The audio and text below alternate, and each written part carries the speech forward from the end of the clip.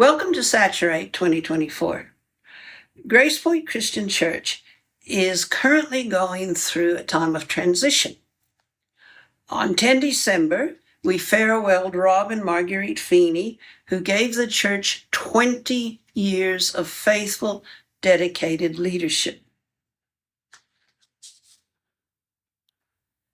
But as much as we miss them, our issue is now where to from here. Peter and I have been members of Grace Point for over 40 years.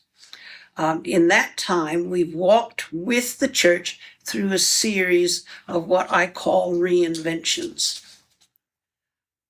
For example, in the late 1960s, the congregation was a small, shrinking group of mostly elderly Australian women.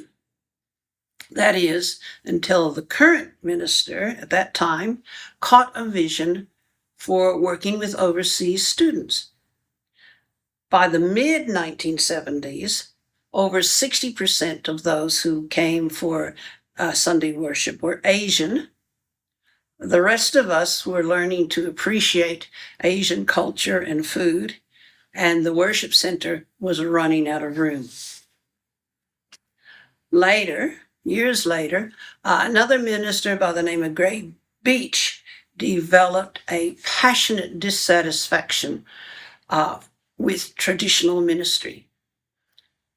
His quest to know and experience more of God led in time to a greater understanding of grace and to ministry through the supernatural.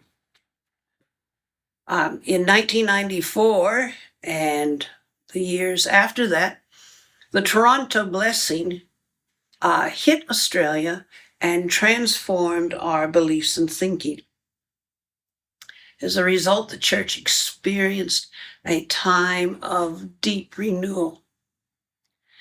There's more I could talk about, but there's also a time limit to this video.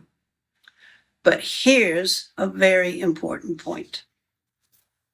Throughout Grace Point's history, encountering God, loving others, living by grace, seeking transformation, being innovators, and bringing passion to our faith and ministry have become the bedrock of this congregation.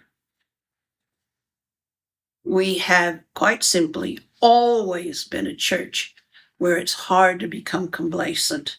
We've always been a church that pushes the envelope.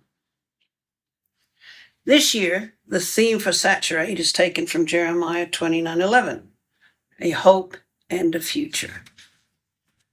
We want to use the next 3 weeks to explore the question, where to from here? So this is an excellent time to seek intimacy with God. What does He have to say about our future? To that end, the elders and leaders of the church are encouraging every member of the congregation to fast. For me, it's refusing to touch my iPad before 3 p.m. And believe me, that's enough to unsettle me and cause a bit of trauma. For another person, it may be skipping breakfast or lunch, or not binge watching TV shows or packing away their video games. The possibilities are endless.